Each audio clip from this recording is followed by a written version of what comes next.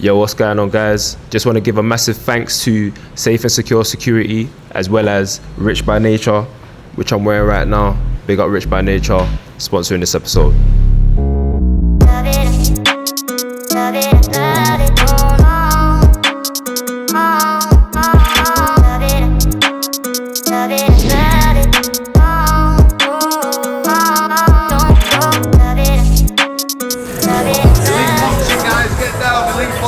Bolton, the mecca of boxing. We've got everything. We're like the crunk. Love Next.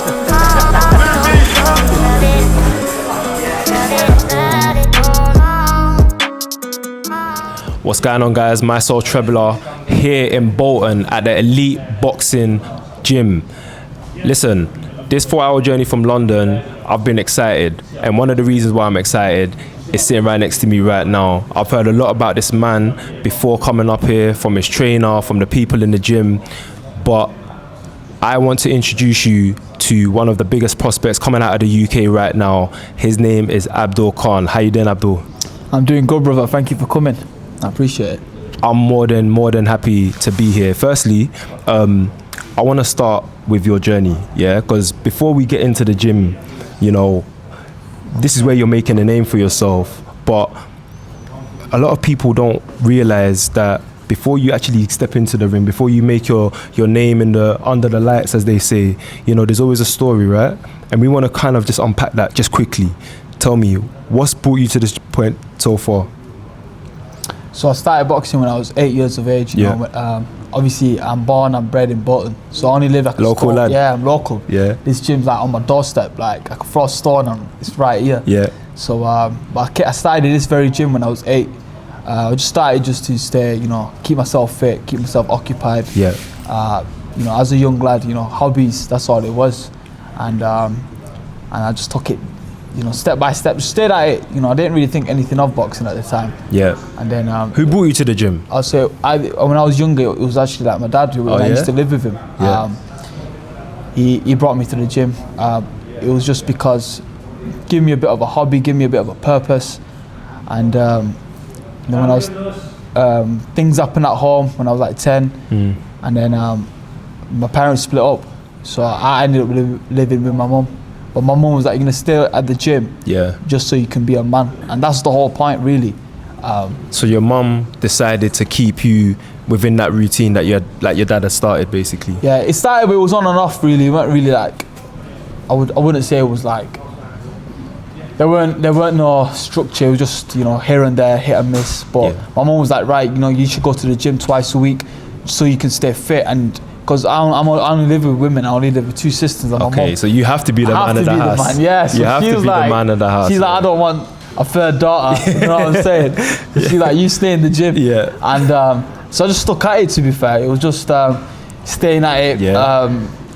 Sparring, staying tough, being around men. I was gonna say, even at that young age, did you feel like it was toughening you up? Like being in the gym? 100%. Yeah, because you're around men, you know what I'm saying? Yeah. At home, I'm only around women, so I've got to be around men. But sparring at that age, 100%. Because I used to come here and I used to spar like big kids and stuff, and I swear I used to be like, whoa. I used to get winded and everything. Yeah. But it was, you know, toughened me up. Man me up a bit, I love that. All right, so was there any time in your journey like where you felt deterred, like you're like, you know what, maybe this ain't really for me, or maybe I'm not really as serious or as committed about this? Obviously, your mum wanted you to keep that routine going. It sounds like, you know, she kind of saw that it was good for you in a way, like you said, to be around boys. You haven't got brothers, but at the same time, as you're growing up in those kind of middle, you know, teenage years, a lot of the time we can, you know, find other vices, isn't it? Like, it doesn't really, like, going to the gym and being disciplined ain't always the cool thing. Nah, 100%. So was there ever that time in your life when you felt like, I don't know, maybe not the gym today, maybe a cheat day? We're gonna get onto cheat days as well. Cheat days, to be fair, no, you know why? Because I had like a purpose every time. Love that. So when I came, I used to just go to the gym, and it became like a bit of a routine then. And I used to just like coming to the gym. Yeah. And I used to just like being around the people, and it used to be a good positive energy and good positive vibes. But like growing up, I didn't really have like many mates. Like I've always kind of been like, a bit I'd like to say like solo a little bit. Yeah. And I've got friends, but not like, even them, they were like occupied in their lives. Yeah. And I used to only live at home with my mum and my sisters. And my mum was very like, a bit overprotective in the sense of like, she didn't really want me going out too much in case I got mixed up with the wrong crowds. And that was her biggest thing. So she always put me in the gym. And me coming to the gym, I used to just like coming to the gym anyway. It was a bit of fun. Yeah. And then, but I weren't really like, I weren't running outside the gym and things like that. But it went until like I started having amateur fights. And then even then, like my first couple, I weren't like that serious. I was just like figuring it out, to be fair. And then started fighting in the championships, and then you got to start taking things a bit serious. And then that's when I started, you know what, like, then I've got a purpose. Now I've got like a target to work towards. And I feel like that was one thing that kept me away from, you know, thinking, oh, like, is it worth it? Is it not? Because I used to just enjoy doing it. You know, when you enjoy doing something, you don't really second guess it, and you don't really think twice about it, because you just love it. And I used to just love the whole routine of it. You know, I used to love, I started falling, I used to hate running, and then I forced myself to start running. I just ended up loving it, music in my ears and just running, and then it became a lifestyle in the end. And it's just 10 years later, I'm 23 now, and I'm still doing the same thing. And not once I've ever thought like, is this for me or is it not? Come on. Because I just love what I'm doing, you know. Let's just see how far I go, and I know where I can get to. You know, I've got full faith in my preparation, I've got full faith in my religion. Yeah. And I know where I can end up just by staying focused, you know. I love that. As they say, dedication is medication. Yeah, absolutely. Yeah. And even like today, you know, speaking to Alex, speaking to some of the young boys upstairs in the gym above as well, like we talked a little bit about therapy. Yeah. You know, was this ever an escape for you? Or absolutely. Yeah, and that's why I loved it, because it was an escape from like, you know, all the stuff that was going on outside the gym. Yeah. So it was good for me, you know. You know, as a young kid, you're always looking for like a male figure in your life, you know. So for me, it was like coming to the gym. So, you know, like my coaches and the people I've been around, you know, they've just kept me, they just always give me good advice. You know, they've always been there for me, you know, like in a sense of telling me what's right and wrong, and, you know, being like a supportive system. You know what I'm saying? As like big brothers, you know, I don't have no brothers. You know, father was never around, and don't really have any like uncles and that around here. Yeah. So it was just me. Yeah. So coming to the gym was like my escape. I love that. You know what? As we walked through the gym today, the elite boxing gym, it almost felt like walking through like a place that has proper history, but also you see it around you. It's almost like doing like a walk down the Hall of Fame. There's fighters on those walls who have done tremendous things. Has that impacted you in some type of way? When you come here, you know, Alex called it the Mecca of boxing as we walked in, right? You know, are there any fighters that you looked up to, and are there any fighters that have, you know, fought here or sparred here or been here that have inspired you to continue going? And we're going to get onto that record that you've got at the moment as well. Yeah, you know what? Since I was young, I used to see like Martin Murray and all these guys coming through the doors and stuff, and you know, as a kid, you know, you'd be like, whoa, like we watch this guy on TV. So I used to be like, watching him sparring and stuff, and, you know, seeing him putting in that shift, and a lot of fighters here in the past as well. I used to look up to them as well, but then ended up leaving here when I was 15 or something. Yeah. And I went to Bury ABC with my mate. And then there was a lot of fighters over there that I used to look up to as well. And won the national youth title over there. And then I turned pro. And I've come back here actually about 18 months ago. Come on. Yeah, so it's just like a full circle moment. A bit like a homecoming. Yeah, 100%, man. Back here, and it's good to see how much the gyms, you know, excelled, you know, in different levels as well. And, you know, Alex saying it's the mecca of boxing and that. He's kind of true. He's kind of right, because everybody comes here for sparring, and when it comes to sparring in this gym, you're never lacking. Yeah. You know, like I was sparring 6 rounds this morning, so you're never lacking when it comes to sparring here, bro. Come on. Sparred really good fighters here, and it's like every week you're getting that good work. Yeah, it's definitely got a lot of history, and even now, still history is being made out. I know you guys have a boxer here, Eli. Is it Eli? Eli, That's yeah. right. And he's sparring right now. Yeah, exactly for Franklin. That's yeah, right, he's sparring Franklin. Yeah, you yeah, got the Moses of Time fight, which has been moved to March. So we'll be back up here, and that's amazing. Let's talk about you. Your next fight now. Yeah. In fact, before we go on to the next fight, what is one of the fights that you've had, especially turning pro? Yeah. Right. Because that transition from amateur to pro can be quite a big one. Oh yeah. Right. And a lot of people don't really talk about it enough. I think I feel like a lot of people talk about, I've had a big amateur career, but boxing professionally is a totally different ballgame. Massive, yeah. How's that transition been for you, and have there been any fights that stood out to you that made you realize, you know what, I made the right decision, I am ready for this pro game? You know what, I'd say like the transition is huge. Like honestly, like my first couple of fights I was like rushing a lot because I was still in that amateur style. Like in the amateurs I just throw loads of punches and bunches and overwhelm my opponents, but when you turn pro, you realise you can't really do things like that. You got to be a bit more set. Set your feet a little bit. Sit into your shots a little bit, pick your shots. But my first couple, they were a bit like, I learned a lot from them. Like they weren't poor performances, but they were like performances where like I was just disappointed with myself because I was like, you can't be fighting like this and expecting yourself to get to that. So I sat down and I studied. I just studied my fights. And I've kind of seen a bit of a difference. Like in my last fight, me and Alex went to Ghana. Come on. Yeah. That's where the family's from, Are you Ghanaian? Yeah, bro. Oh, mate, Ghana is like lit, bro. Did they feed you fufu? Bro, I had fufu after my fight.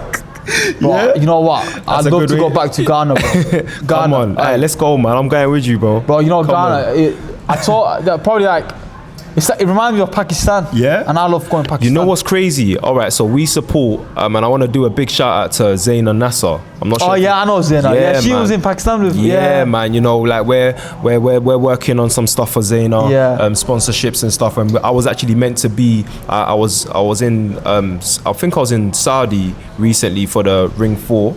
Yeah. Right, with Benavides and Yard, and then straight after that, I think. Zaina was then fighting on the 27th in Pakistan. I was there for that. My visa didn't come through in time. Otherwise, I would have been there in Pakistan as well. Pakistan would have been my first time. Man. I was training with Zaina about 3 years ago. I first met her. You know, with Roy Jones and that. Yeah, that's right. I was like, whoa, she can fight. Like for a woman, she got some hands. But she's made a lot of history as well. She has, the hijab and that. That's right. But going back to what we were saying, it was. Talking about my last fight in Ghana when I went with Alex, and then like everything was just paced. Like it was, picking my shots, throwing to the body, breathing and little things, and it was like a massive difference. Now this year, this is what I can't wait. So last year I only had one fight. It wasn't really an active year, but I stayed in the gym all year. That's what's up. I just stay in the gym. Anyone could tell you that. If you want to find me, just come to the gym. I'm right here. Always be ready. Always ready. You ain't gotta get ready. Yeah, literally. And this fight, I got a phone call the other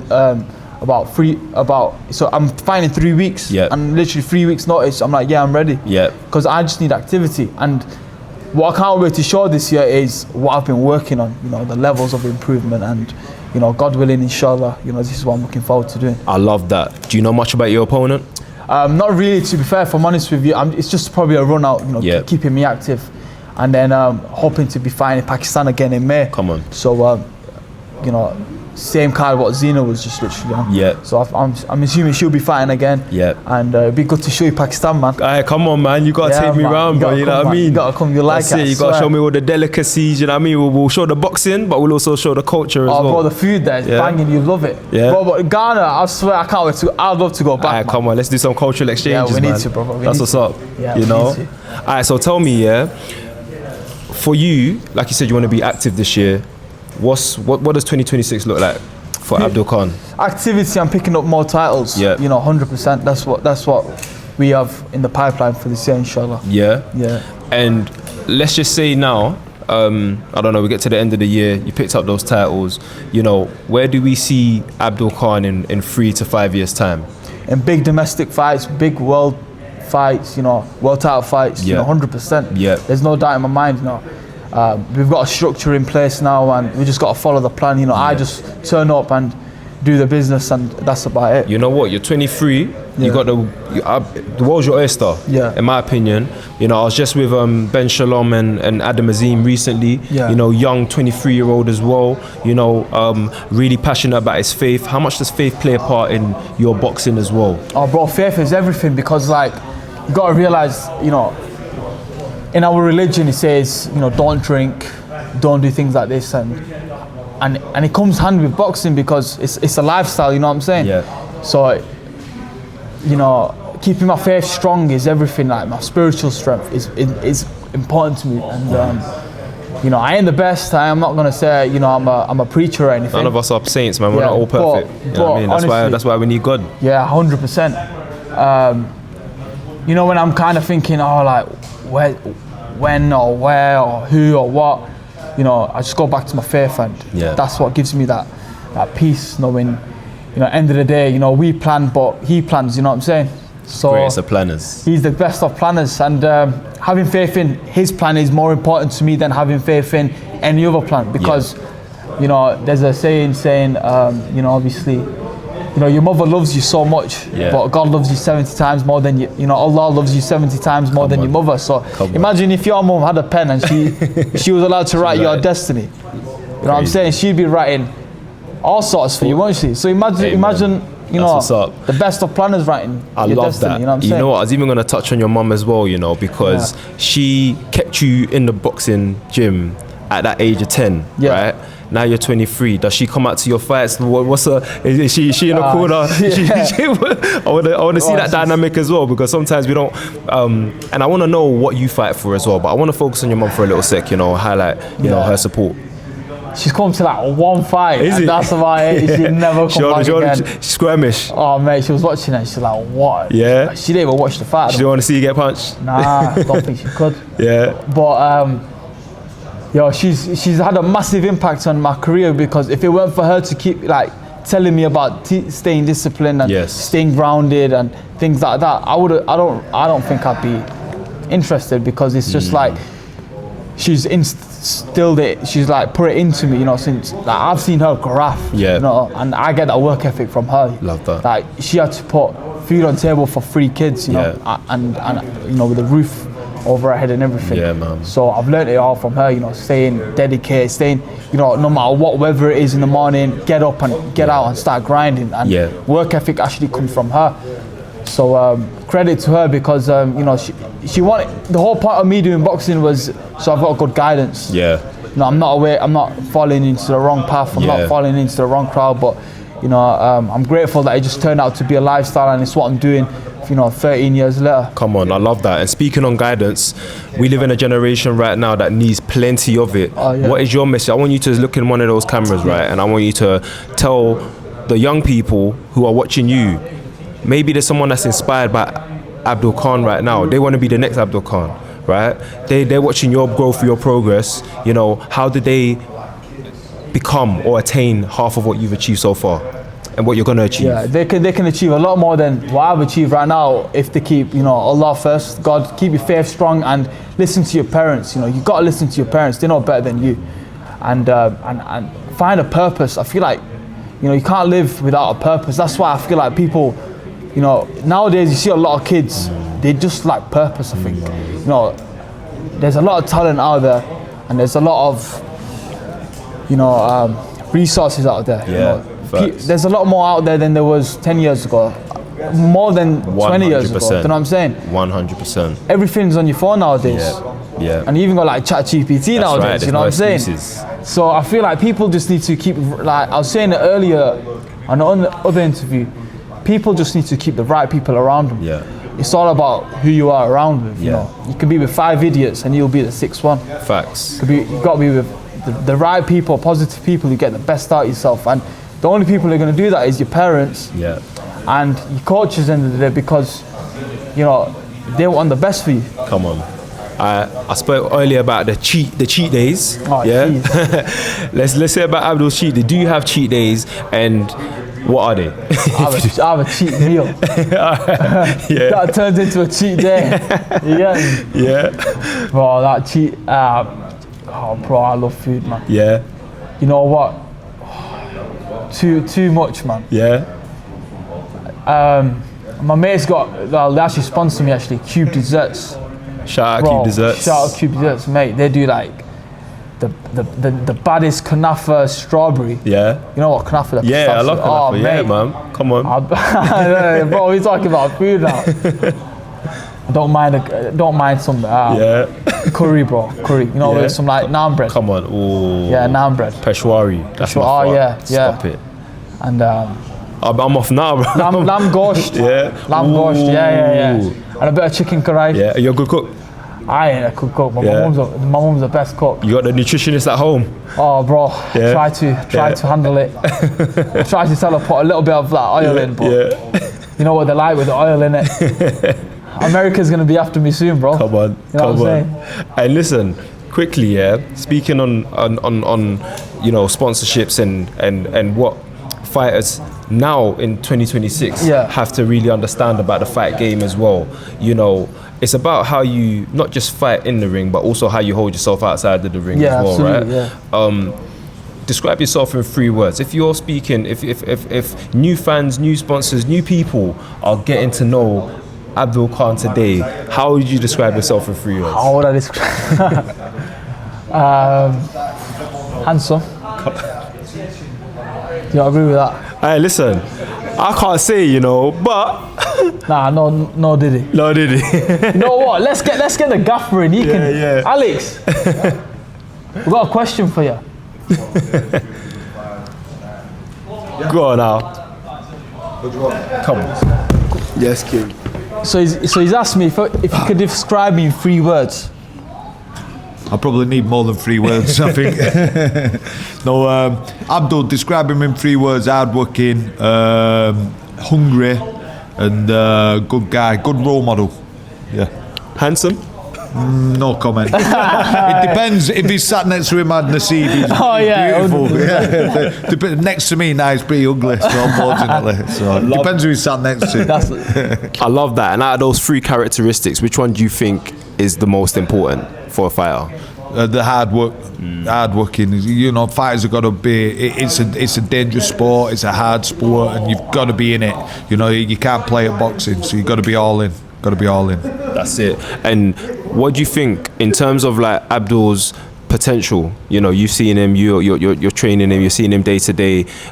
He's a role model for the youngsters. You know, but do you feel like, you know, when you have fighters like Abdul in your hands, do you almost sense as a coach like how far this person can go? Yeah, I mean, it's different. Some fighters, you think they're going to go really far, and then something happens, the streets and other things. Then you get some fighters who you think, you know, he's a little limited or whatever, and then he does really well. You know, we've had guys come from the unlicensed to win Commonwealth titles in professional boxing, and people would be like, what? But that's what we had, and you know, they beat an ABA champion winning the Commonwealth. So you know, you just never know with a sport, but you do know when you get the ones in who are hard working like Abdul, and he's quite gifted. He's got fast hands. He understands boxing, and the other good characteristic that he got, he listens. You know, he's a student of the game, and you know, he watches boxing. I send him something. Did you watch it? What did you learn? You know, and he's giving me feedback.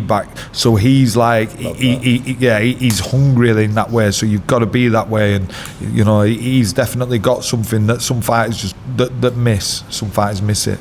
Do you feel like, as a coach as well, just quickly, like sometimes you might come across a fighter like Abdul, and in a way, like because of that dedication, does that make you kind of almost like see his future before it happens? Or do you feel like sometimes when you have a fighter like that, actually it's going to make you double down as a coach and be like, you know what, like I'm going to, you know, it might change your game plan in terms of how you approach, you know, coaching a star in the making? Well, I think as you're coaching and as you get older, you start realising you can look around the room and say, he listens, he doesn't listen, he works hard, he doesn't work hard. And I think you've got to be careful with your time. And as you get older, like we've had the gym 25 years. I was even coaching before that at the lads club, and you know, you're learning like you don't want to give your time up. Your time's so important. You know, your time's your commodity. And if I start giving my time to, you know, when you're a young, eager coach, you're giving your time to everybody, you know, and you want it more than them. And then you start realizing,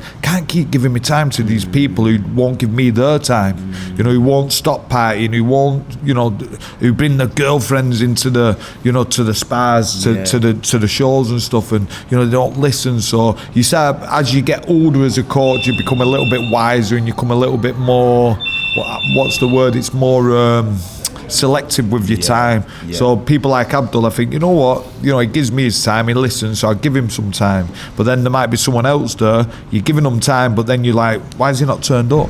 Why has he turned up late? And then that makes you, as you're older, you start thinking, nah. But when you're younger, you just give it. But I think you become more experienced and you're a bit more wiser with your time. Yeah, that's brilliant. And that's a word to the wise as well. You know, definitely use time wisely, because it's the currency that you can't replace, isn't it? Yeah. As you know. Looking at the fight ahead now, I was just speaking to Abdul and he was saying, like, you know, he's looking forward to going back out to Pakistan. For a fighter that's getting that travel experience as well, how important is that? Obviously, we've got a great, I feel like British boxing is in a really healthy place at the moment. We could do some more world titles, you know, on home turf, but getting that world experience, I think, is so crucial as well. How do you feel like that impacts fighters as well, like Abdul? Yeah, because when you're going abroad, there's a lot of variables. It was my first trip with Abdul abroad, and, you know, we had to deal with travelling, you know, dealing with the, you know, having to have a gym available. So, you know, we don't need a gym. So when we was there, we was training in the car park. Others were travelling to the gym, travelling back, and, you know, it's quite wild sometimes when you're driving through Ghana. There's potholes and everything, and you end up with whiplash and stuff. And you know, and it's understanding. Yeah, I'm quite lucky. I've been to Zimbabwe, I've been to Nigeria, I've been to Argentina, and I've travelled quite a lot. So I'm quite lucky, but I'm still learning. I'm still a student, and it was sort of passing a lot to Abdul to understand. You know, like.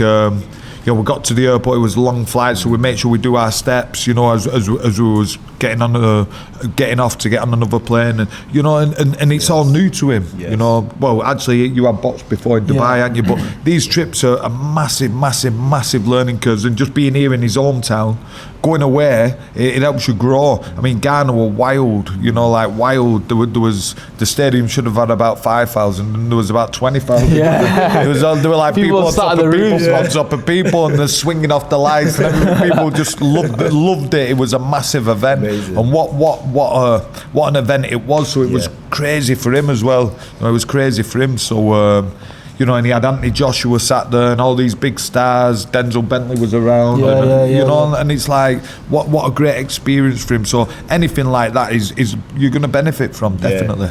100%. And I guess that also removes that hopefully that fear factor, if there was ever one, you know, when it comes to being exposed to, you know, the highest of heights as well, when it comes to your craft and your career.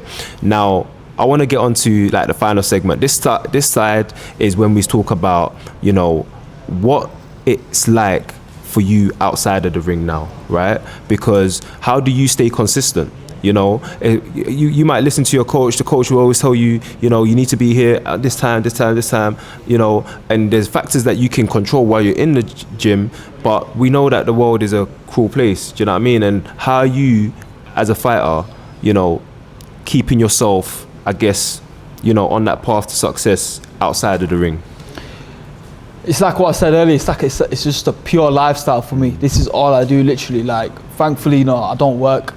I don't have to do anything, you know, that kind of takes my time off boxing or takes my eye off the ball. So all I do is box. So I just put everything into it, and I just love it, you know. If I don't have a routine, then it's kind of bit crap. But I like a good routine. So, you know, I like waking up in the morning, going for a good run, get a good sweat out, and then come back to the boxing gym, do my S&C. You know, I just. Everything what Alex will tell me, you know, he knows it, and I'll even do more than that. You know, I just love. That's why he has to just hold me back sometimes. He'll say, take a day off, take 2 days off. You need it. You let your body recover. But for me, I just, you know, it's, you know, the writing's on the wall. You know, I've just got to follow everything.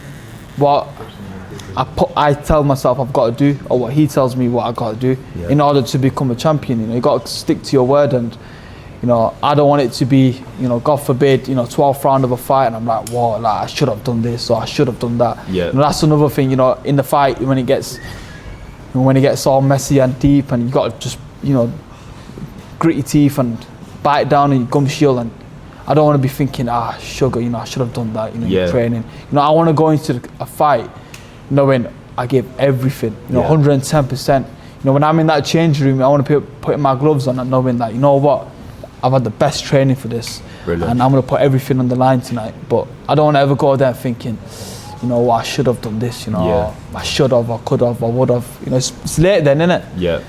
You know, how important is it for you having Alex in your corner, but also, as I mentioned at the top of the interview, right, you've got these fighters on the wall. Yeah. And I spoke to Alex earlier about the humility that I felt at the elite boxing gym. You know, there's a big history here. Yeah. And you are on your way to being on that wall and being a big part of it.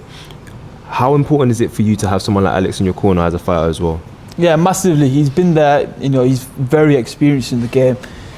You know, he's cornered world title fights, you know, super fights. So he's seen it, you know. He's been there opposite corner of like one of my favourite fighters, Gennady Golovkin, you know. Massive, you know, and I can only, you know, he can tell, you know, like, we talk quite a lot on the phone, so he'll give me like a lot of advice, and he'll be telling me what did I learn today and things like that. But when we're away, you know, it's just me and him. So, and I pick his brain, I'm like, yeah, what was that like, or what was this like? And he's always giving me, you know, insights of, you know, what's it like to fight this guy, you know, what was it like to fight that guy, and, you know, his experience, and he's done a lot of miles in this game, so experience is what comes from it, and, you know, you can't buy that, can you? Can't. And listen, we are here, we're following your journey. We can't wait to see you next out. Obviously, you're out in 3 weeks' time. You've also got a fight in May. If you can, guys, looking at that camera, please let the world know what to expect at your next fight. Let your fans know how they can follow you. Let us know how we can support you in the future. You know, you just got to expect excitement come February 14 on Valentine's Day. You're going to see a knockout in the ring this time, and this year is going to be pure excitement. You're going to see a different style of boxing, and you're going to see it all come together this year, inshallah. And follow me on Instagram, abdulkhan.1, TikTok, Abdul Khan Boxer. Follow my coach as well, Alex Matvienko. He's giving good tips out recently, and you know, keep supporting the journey, and it's going to be an exciting one, and you will not be upset. Last words, Al? Just give him a follow, guys. He's up and coming, he's hungry, and enjoy the ride. Love that. Thank you so much. Appreciate your time, guys.